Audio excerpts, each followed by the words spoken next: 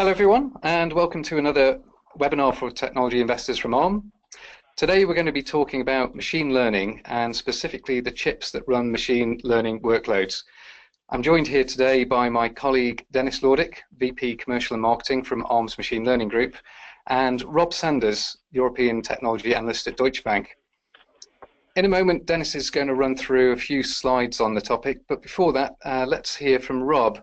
So Rob, why don't you start off by telling us why this is a topic which is of great interest to investors right now? Yeah, I won't take too much time, but just to give you a bit of background, the context of Deutsche Bank setting up this webinar is that we felt that the AI, ML investor debate has become a little bit skewed towards talking about the data center, and within that rather skewed towards talking a little bit too much about GPUs for training and at the expense of other things. So we thought what better way to restore balance to the debate than to get the very latest views from the company with the world's most pervasive compute technology. So thank you, Arm, for helping us to set up this call. Before I ask Dennis to begin his presentation, and thank you, Dennis, for joining, I would just like to add that if you do have questions, please do email them to adam.bowler, B-O-W-L-E-R, @db.com as soon as you can, and then if time, we will address them at the end. So with that, over to you, Dennis. Great, thank you, Rob.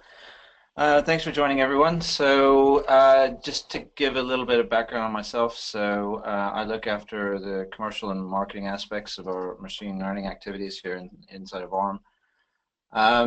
And prior to this, I was involved in our Mali GPU business over the last several years, helping drive it from a new entrant into the market up to more recently where we've taken the #1 position in the market in terms of market share. In addition to that, I've got quite a lot of experience with the market both in the East and the West. I recently relocated back to our Cambridge headquarters after a few years over in Shanghai, putting some extra focus over in the developments in the Asia market. So to start things off, I thought I'd just give a little bit of orientation around some of the terminology. The whole area of artificial intelligence and machine learning has a lot of different phrases and terms going around it at the moment. And I'm not going to try to clarify all of them, but I just wanted to go through some of the ones that you'll hear the most and try to put them in some context. So over on the left, what you'll see is the common terms for what is, to a large degree, the same thing. If you look at a high level, a lot of people talk about artificial intelligence, and artificial intelligence is an umbrella term covering really anything from early tic-tac-toe games where the computer was acting like it was thinking, through to things that we'll see in the future that have advanced capabilities in terms of mimicking intelligence. Machine learning is kind of the more learned term that we use within Arm, certainly. And this is a subset of artificial intelligence defined in different ways, but largely defined as the machine being able to adapt some algorithms. Within that, you get the concept of what's referred to as deep learning. Deep learning is a specific approach to machine learning, so a subset of the machine learning that involves using neural networks and network approaches, which I'll talk a bit more about in a minute. And then within that, you've got kind of the real hub of what a lot of the buzz is at the moment around the technology, which is to do with neural networks and the different algorithms that get used for that. So convolutional neural networks, recursive neural networks, and things like that. So just kind of putting all of those in context. Some of the other terms that are used a lot in this space, cloud and edge, which I'll talk a bit more about through the presentation. I think there's a lot of discussion about things and where the activity's headed, which I think is an interesting discussion. And then some of the language around machine learning at the moment, and deep learning in particular, that we have the concept of a model, which a model is really a representation or an approximation or pattern that's used with deep learning.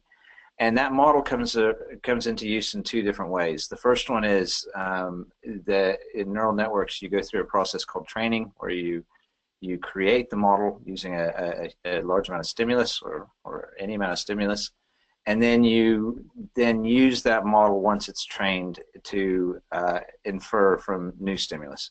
And again, I'll talk about that a little bit more in a moment. So why has all this happened? Why now? The reality of machine learning is it's been going on for a long time. It dates easily back to the 1950s in one form or another. But there, as of around 2012, there was a sort of significant shift in things. And this is showing the results from an annual competition, which is called ImageNet. And what this is involved is you feed an algorithm a large number of representations of, for example, a cat in a picture, and it uses that to try to learn what a cat is. And then you feed it, and once you've taught it what a cat is, it then takes new stimulus and determines if that matches or not. And the technology before 2012 was using what we refer to as shallow networks, and it was pretty much maxed out in terms of the improvements it was making. It was very, very slowly progressing with huge amounts of effort in small increments. Then in 2012, deep neural networks were used to approach this problem, and what we saw was a dramatic improvement in the accuracy that could be achieved. So the systems were trained using a large database of images, and then that trained model was used to determine if there was a match. And you can see that as of 2012 it got better, and then from there there's been improvements to where we now have accuracy rates that are beyond that of what normal humans achieve. And that's kind of proved a general principle, which is now being used across a large number of markets, which I'll talk about further later. So just to represent this a little bit further, so the process of doing machine learning involves two distinct phases. The first one is referred to as training. And in the case of ImageNet or any type of system that involves images, you feed into it a set of data and you say this is a cat or this is not a cat. And based on all of those inputs, it forms a pattern. And the more inputs you give it to train that model, the better the accuracy of the model. And although the representation here shows cats, which has kind of become the quintessential representation of machine learning, I think one thing that's important to keep in mind is that the same principle works across a vast range of data sets. So it can be something as simple as a few samples of your fingerprint, or it can be something very complex involving a large data set like you've got with trying to figure out what a cat looks like versus a dog. So you go through the training exercise, and that produces what's referred to as a model. The model is basically a mathematical approximation of the patterns that it needs to have within the pictures to identify it's a cat in this case. But the same principles apply to almost any sort of data input and can be used for any sort of pattern matching. Once you have that model, then you can take new stimulus and feed it through that model again, and it will use that pattern that it's learned to determine whether or not that new stimulus is indeed a match or is not a match.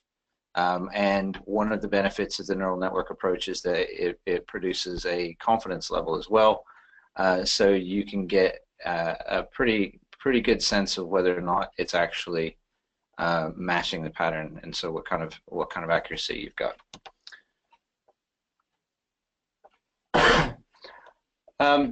And so what we're seeing is that a lot of the early machine learning has been done up in the cloud, and I think a lot of the experimentation involved large data sets, and this has caused a lot of the early research and a lot of the early excitement. But what we're seeing now is that a lot of the activity and a lot of the focus is really trying to move this stuff to the edge. Even some of the large cloud providers are openly talking about wanting to get this out to the edge. And we're seeing a lot of experimentation, a lot of research around the new use cases that are much more personal to you. And there's various things that is kind of pushing this trend. And this isn't uncommon with a lot of other technologies we've seen that have started out in the sort of cloud space, where there's a general trend to move things towards your personal space. And there's multiple reasons behind that, ranging from just the fact that the bandwidth involved in shifting pictures and large amounts of data up and down the network isn't viable, the power, the latency, reliability, and responsiveness. are key ingredients and important factors for the consumer. So all of these things, wanting to have the instant, always on, always available type performance and usability out of the experience is what's pushing things to the edge further or faster and faster.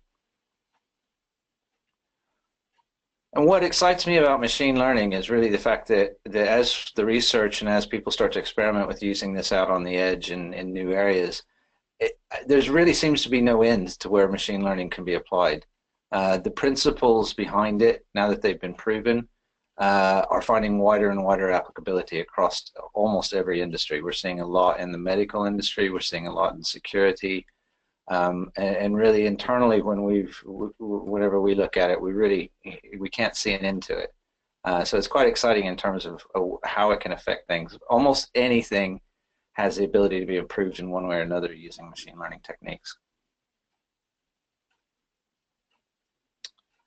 So that brings us to the question kind of underlying this discussion, one I hear quite a lot. There's a lot of confusion in the market about, okay, machine learning seems to be happening, and what does that mean in terms of processing? So I wanted to spend a bit of time just trying to go through some of our views on the answer to that question, which isn't as simple from our standpoint as some people might lead you to believe. And it's important to remember that a modern system on chip is often quite a complex thing, and we're well along the way to where there's different specialized processors or sort of slightly tuned processors to deal with a lot of different activities. So a common SoC today will include obviously a main processor. Every chip will have one of those, hopefully an ARM one, of course. Graphics processors are becoming more and more common. We see that as ubiquitous across smartphones and TVs, and more things getting screens. But digital signal processors are fairly common, to be honest, to deal with some help with specific workloads. We've seen them, in the early days being used for MP3s and being used for other type of signal processing. But they continue to be included for various tasks. And we get a variety of accelerators to do anything. Almost every SoC, certainly that we're involved in, you'll have some degree of accelerators within it to deal with tasks ranging from encryption to maybe video. It's just a reality of building a modern day SoC. And the question that gets asked is, which one of these is best for running machine learning on? And that's not a simple answer. And I think it's a bit frustrating to hear sometimes the dialogue in the market that it's quite simple, and it's a unilateral answer. But that's far from reality from our point of view. And what this represents, there's a lot of information here, and I'm not going to go through it all. But what this is trying to say is that if you look at the different parameters around what's important in a machine learning solution, there's various different considerations to make, and there's no real one answer that's perfect for all of them.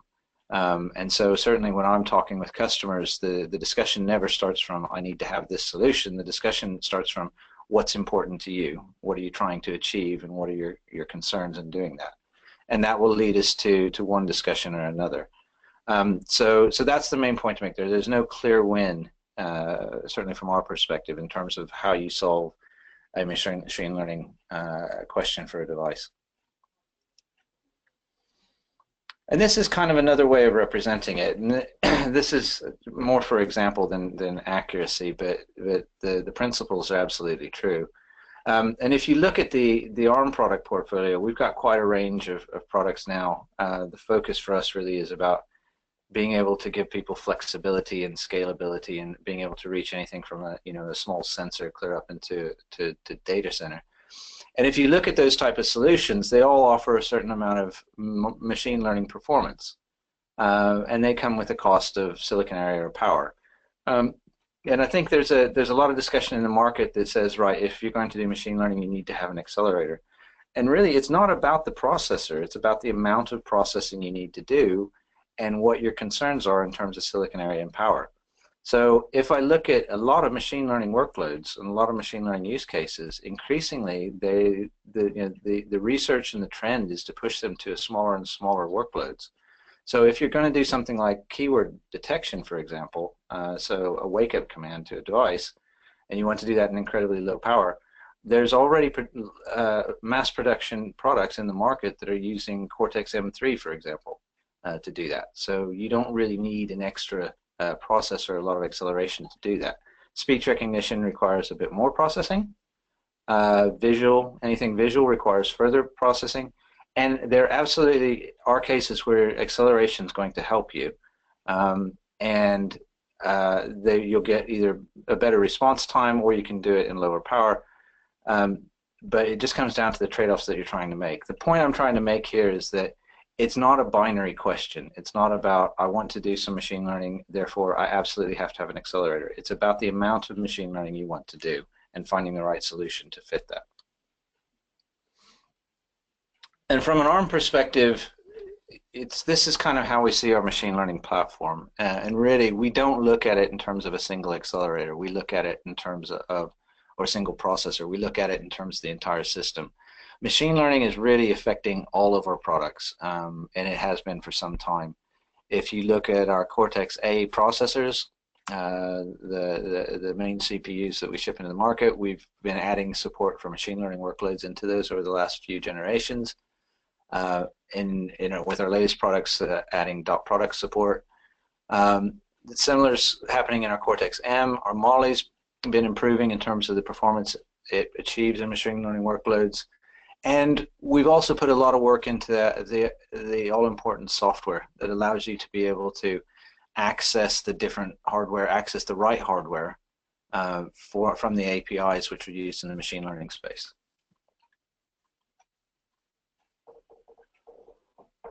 And so that's really it. The point I want to make is that it's really not about one solution. So it's kind of interesting when I get asked about, is this the answer for machine learning? From an ARM perspective, it's really affecting everything across the product portfolio, ranging from our entire range of processors through to software to enable that and make sure that we got efficient use of it, through to the hardware changes that we're making in our roadmaps over time. So that's really it. Well, thank you, Dennis, for that overview. And as a reminder, if you guys do have questions, do email adam.bowler@db.com. So my first question for you, Dennis, I mean, it's just really around your strategy as you look forward 3 to 5 years, how you think about your roadmap. I mean, how do you see your role as ARM and get within your ARM ecosystem as you look out sort of 3 to 5 years? Yeah, that's a really good question, and I think that's the key from our standpoint, is to look out over those 3 to 5 years, and I think there's a difference between what we're seeing in that and a lot of what the discussion is at the moment. If I look out over the next 3 to 5 years, I think ARM's in a really, really good position. I would say an ideal position. A lot of what's been happening today has been the discussions have been driven around clouds versus edge and around accelerators. And both of those are important parts of the puzzle. But if you look at what's been going on, the machine learning to date, I kind of say it's largely been happening in the lab. So it's largely been happening around large cloud-based data centers, and it's been happening on really large-scale data sets. So it's been things to do with 500,000 pictures of a cat and that kind of thing. But the principles have now been proven. And when you look at the principles behind it, the principles of machine learning can benefit almost anything. So what we're seeing now is that the principles, now that they've been established, are really starting to be used across and researched across every sphere, down to sensors and how they can do security better, through to watches and all the biometrics you can do there. So what we're starting to see is that people are finding use cases that don't involve massive amounts of data. They involve a lot of small data and a lot of personal data, and those are opening up some really exciting use cases. And things like device power management, security, fingerprint recognition, voice recognition, face recognition. These don't require a huge amount of data farm processing power. These are things that can happen in your personal space on your personal devices. So I think the excitement over the next 3 to 5 years, from my perspective, is really in bringing those principles out of the lab or out of the cloud space and bringing those down into people's personal lives, and getting those, the benefits that we can see from applying those principles in a person's personal environment. The other thing that's kind of dominated the discussion to date has been around accelerators, and accelerators are fantastic. As I said, from an ARM perspective, accelerators always exist. They always have. We've gone to great lengths to make sure that the ARM platform is a very open platform that accelerators can be added to, so that customers can meet the demands they see in their market. But from an ARM perspective, it's not just about acceleration. As I pointed out in the slides, it's really about what you're trying to do. And what we focus on here at ARM is making sure that that machine learning is being enabled in a very flexible, scalable way. Because people don't need a single accelerator. What people need is the ability to get machine learning done in the constraints of their business. And so they might be working in a very, very, coin battery operated power environment. They need to have something that works for them, where another person in a much larger system, a TV or a game console or something like that, has a different concerns. And so from an ARM perspective, the challenge is really making sure that machine learning is available across that spectrum. And if I look at who can enable machine learning across that breadth, really, as I said, ARM's in a fantastic position, and I think things look quite rosy for us. Great.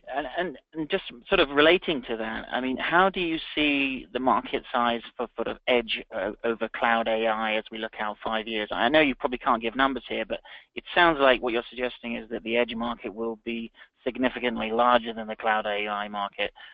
Love to get any perspective there, or maybe there should be some caveats to that view. And then I guess the same question would be for inferencing versus learning. Clearly, learning is involving these huge data sets, but over time, does inferencing become the larger market, or maybe quite rapidly, in fact? Yeah, they're interesting questions, and these are ones I'm hearing quite a lot at the moment. So I think it's as I said, if you excuse me, if you look at the near term, sort of the early experiments around deep learning and machine learning, and the new approaches that have been taken, they happen in the cloud, and they happen around large data sets, in particular, as I said, cats and things like that. That was kind of the lab. That was the place where the R&D was happening. And once the principles got proven, they've started to move quite quickly over into the engineering space. And when the engineers get hold of a principle, it becomes a different matter. And a lot of the activity that's going on around that is how to shrink the problem. And you can see research right, left, and center around trying to shrink the problem and make it more simple, because coming out of the lab, it's not in an optimized form. So we're seeing a lot of activity around shrinking the problem and around research into new ways that this very generic principle can be applied to new areas. And we're even seeing some approaches around neural networks that have been long forgotten and left to the shelves of antiquity. They're being brought out, and people are starting to use them again and say, actually, if I look at this problem with this old algorithm, it works quite well. So from my perspective, one can never 100% predict the future, but personally, I see this very much as being a personal type experience. This is something that's going to benefit us in terms of our health and our fitness and our homes, our lives, and the security around us. And so I see this very much. I see the exciting activity all happening around devices, and getting this, as I said, shrunk into devices and exploring new use cases around devices that it can go into. So the data to date, the uses to date have involved 500,000 pictures of cats. But if you're going to do your fingerprints, or you're going to do your voice, or you want to do face recognition, you don't need that kind of data set. You don't need that kind of processing, even to train. So I think, if you look at the trends in a lot of technologies in the past, that have started out in the cloud, it's really the usability and the reliability that in your hands and in your personal environments that is what gets people excited. And I think that's going to prove to be the case here as well. And the one about training versus inference is quite interesting. Again, it's not so much training versus inference. Training can actually be done on device today. There's no problem with that. It comes down to the data size that you need to do the training. If you want to identify a cat and you need to process 500,000 pictures of a cat, then that requires a huge amount of processing. But if you want to do something like, learn your fingerprint, learn how to manage power on a chip better, work out security, work out your face recognition, that's not a vast amount of data. That training can be done quite fine on device today. And I expect that we're going to see more and more of that over time. Got it. I mean, there might be some people on the call thinking, ARM obviously has a very dominant position in the smartphone, but now you're a private company, maybe they're not so well aware of your level of investment in this topic. I think everyone knows that since SoftBank acquired ARM, you've been investing heavily in Internet of Things. Is there anything you can say around your commitment to machine learning AI to sort of give confidence to the idea that you can shape this market rather than be sort of determined to by the Amazons and the Googles and the Nvidias of this world? Yeah, so it's interesting. If you look at the sort of external dialogue, it's been kind of interesting to watch. I think the important thing to note is that there are a lot of people. I mean, machine learning is a big buzz, and there's a lot of people trying to claim a stake in that area. And a lot of the discussion today has been led by people who will produce a single type of processor. So there's companies that develop a GPU or a DSP or something like that. And it probably isn't a huge surprise that from their voice you'll hear that that is the solution for machine learning. That is the ubiquitous solution for machine learning. And you're going to hear that again and again from those people because that's the stake they've got to claim. And it doesn't make sense for them to express a more complex or nuanced reply to the question. Certainly from an ARM perspective, though, it is much more nuanced. So we see machine learning as a huge change in the industry. We see it as a really exciting change in terms of what it can do for compute and the new horizons it can bring to the technology. But from our perspective, it's really trying to look across the entire product portfolio. And we have been working on this for quite a long time. And you can see some of the outputs from that coming out in recent products that we produced. For example, our recent CPU releases, the Cortex-A55 and A75, they both included low precision dot product support, which is exactly the kind of processing necessary to accelerate machine learning. And you're going to continue to see that over the course of the next few years, where, as I said, what we're trying to do is to try to bring the entirety of machine learning to the entirety of the market and not just focus on a single product that we're trying to sell, but make sure that we've got the full breadth to enable the ARM ecosystem to benefit from machine learning. Got it. I mean, in terms of the AI in the smartphone market alone, which I know is not the only opportunity at the edge by a long shot, but I've noticed some leading OEMs have decided to develop their own GPU, their own neural engines in-house, rather than licensing third-party IP. I mean, is this a trend that concerns you, that maybe the big players decide to go it alone, vertically integrate, or do you just see that as a limited number of players that can afford to do that, and therefore it's not such a great concern?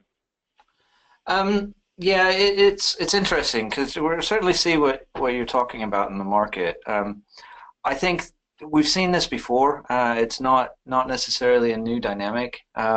It's depending on what segment you're in the market, it's a pretty tough market out there.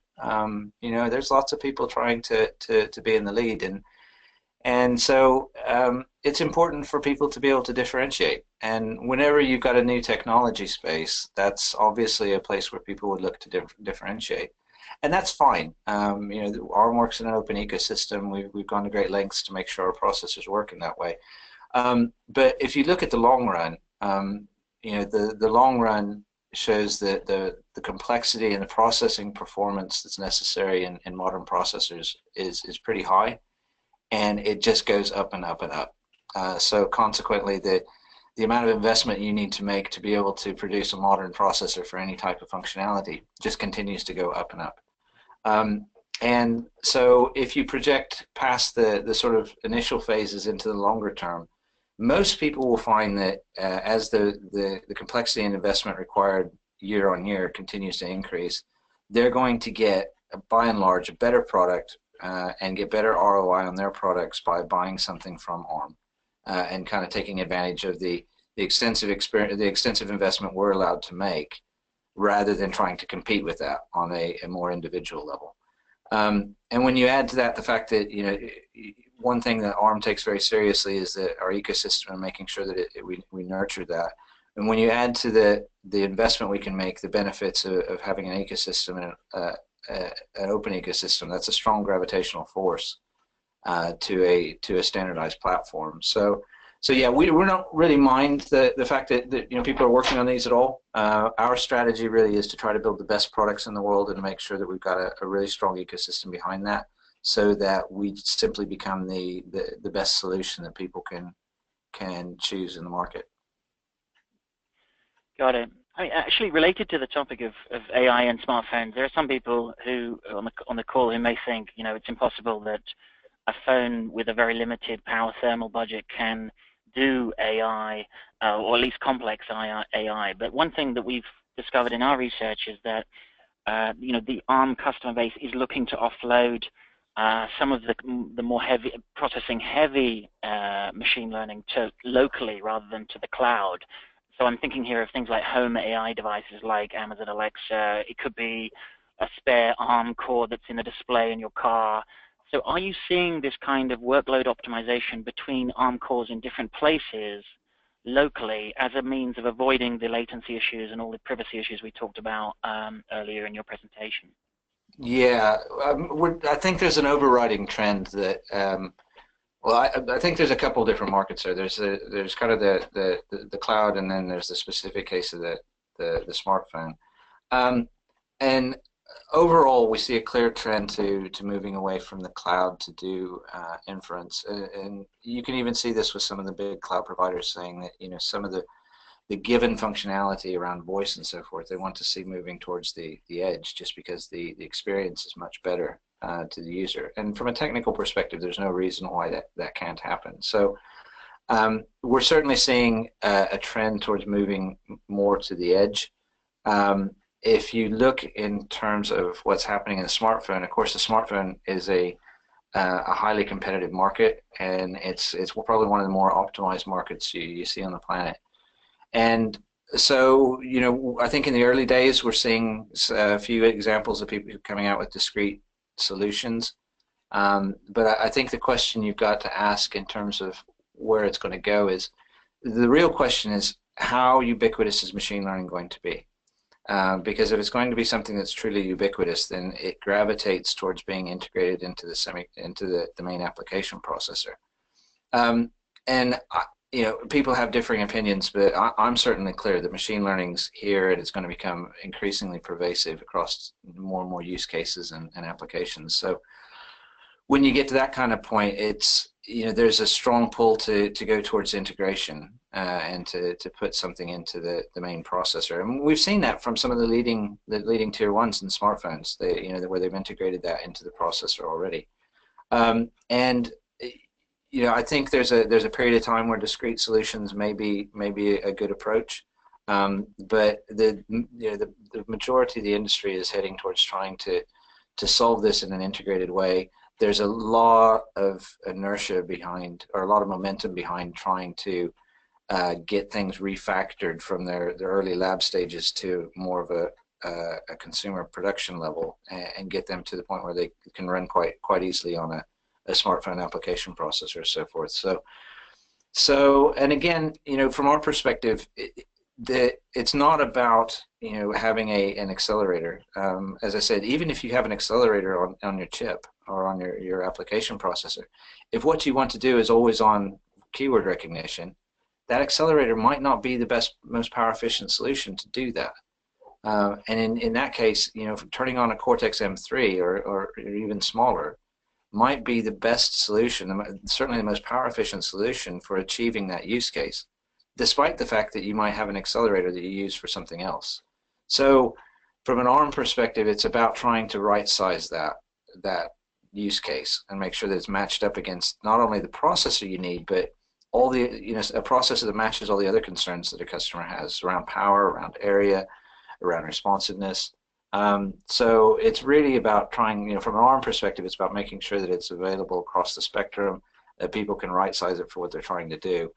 And with the amount of activity that's going into the market at the moment, there's clearly a trend towards integration and the technology becoming somewhat ubiquitous. The pace that'll happen at, I think, is a little more questionable, but certainly the trend's in that direction. Got it. So just related to that, would you say that it's too early to say that die sizes of application processors will go up? If AI becomes ubiquitous, is it too early to say that those die sizes will go up because of the power thermal limits, or you think in general things will trend up because of this extra workload?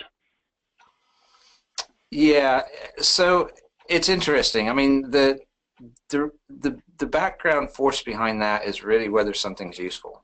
And that's kind of been the case for smartphones and many other devices for a long time.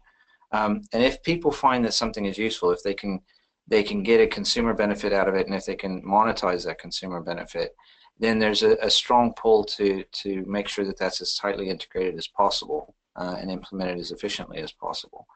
So it's hard to say in terms of what's actually going to happen in the silicon area. I can certainly see that the transistor count's going to go up. What that means in terms of what people do for silicon area, it's going to depend a lot on how they actually implement it. But I think this is, from a technology perspective, this is definitely something that's taking root in the market, and I can't see it doing anything more than becoming more pervasive over time. So the trend behind that's been fairly well set by a lot of other technologies in the consumer electronic space. And when something becomes ubiquitous and valuable, there's a strong impetus to find an engineering solution to make that common and as integrated as possible in the device. Got it. Actually, just coming up to the end of this, we've got 6 minutes left of this call. I just want to talk about healthcare, actually, because there was an announcement, I think today or yesterday, between GE and NVIDIA. Clearly, there is a parallel between recognizing cats and recognizing radiology images. I was just interested to know, how, if we just dive in on that application, yeah. Where you see ARM playing a strong role, a lead role, and where maybe perhaps, and then maybe there are other applications where maybe it's just more of a data center type GPU type thing where you may not be the best player to address that. Yeah. No, healthcare and medical is a really exciting area for machine learning. I find it incredibly interesting. It's kind of one of the first ones out of the gate in terms of real applications and research, and it's bringing some serious benefits to people already, and I think it's only really just started. But it's going to I don't think there's going to be one answer for that. I mean, we're seeing a lot of things happening in consumer electronic devices. I think our CEO was talking about an asthma inhaler that's got machine learning algorithms in it. There's already phone applications that can do skin cancer analysis, diabetes analysis. I was talking to a friend of mine who works in that industry, and they're using machine learning in their diabetes measurement tools or insulin measurement tools. I've seen things around ankle analysis. Width of your ankles is predictors of cardiovascular issues, things like that. So there's a lot happening in the personal device. There's a lot happening in the cloud space as well. To be fair, there are certain applications where there's a huge amount of data that needs to be processed, and those applications are a bit more suited to the cloud. So I don't think there's one answer for the medical space. I think certainly the areas where I see the most diversity happening are around the devices. I see it affecting devices I frankly didn't expect it to. I'm seeing unique use cases I hadn't thought about on a daily basis. So I think as it starts to become more pervasive in medical, we're going to see that fragment, and so there's going to be a broad range of solutions. There's not one place that is going to be ubiquitous. But I think the exciting thing to me is we're talking about some very serious benefits to humankind, and that's pretty exciting. Got it. Well, we've got a few minutes left, and we've had a few questions. One just clarification question from your slide deck around the move in 2012, the significant improvement in the neural network performance with AlexNet. I think you touched on it, but maybe if you could just, the question is really what enabled the shift to deep neural networks in 2012? I guess what was the key innovation that got the significant improvement? This is back on slide 5 for those of you. Yeah. So, yeah, I mean, the concept of using neural networks has been around for a long time, and you can look it up on Wiki, and it's quite an interesting read. The thing that changed really was that someone came in with a slightly new approach, and was, instead of using shallow neural networks, they use deep neural networks. And deep neural networks have some interesting characteristics to them. They're much more complicated, in terms of trying to predict all of the different possible outcomes. So I think people hadn't really gravitated towards that type of solution. It was always there in front of people, but they hadn't really gravitated towards it because of the complexity. But someone tried it. And lo and behold, it produced some pretty amazing results compared to what people had thought was a bit of a barrier. And so yeah, that kind of, when people started looking into that, that kind of unleashed the principle, and people started looking into it more and more, and lo and behold, this same principle could be used for a huge amount of applications. Great. The last question from my side would just be on automotive. Clearly ARM has an emerging story in automotive, but I mean, there is, I would say, some kind of misinformation out there. The idea that a car can travel around the world with $10,000 of GPU seems a bit far-fetched in some senses. So what is ARM's efforts here in terms of driving down lower cost and lower power consumption? And related, sort of touching on a bit of something else we talked about earlier, where can you harness the other ARM CPUs in the car to kind of balance workloads? Offload from the main ADAS type processor. That's it from my side. Okay, that's cool. What's happening in autonomous vehicles is really cool. I'm quite excited about it.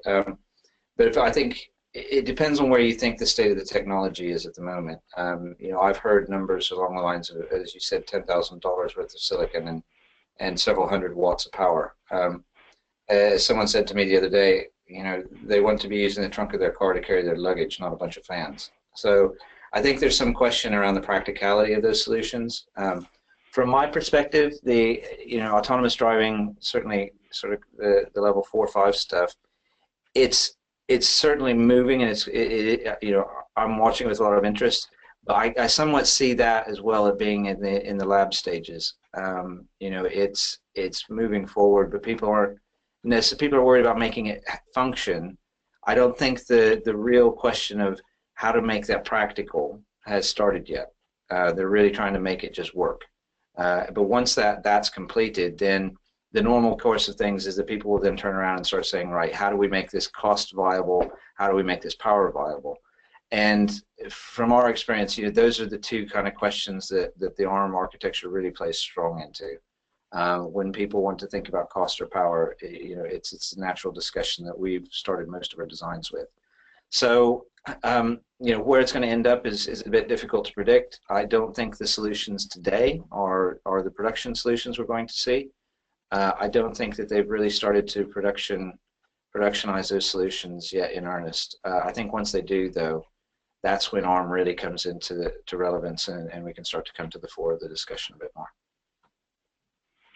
Okay, very interesting, Dennis. Look, that's been great. Really appreciate it on behalf of the investors on the line as well. We really thank you for doing this call with Deutsche Bank. If anyone has any follow-up questions, please do email Philip Sparks, philip.sparks@arm.com. I'll wrap it up there. Thanks a lot for everyone for joining. Okay, thank you very much, Rob. Thank you, Rob, and goodbye to everyone on the call. Cheers.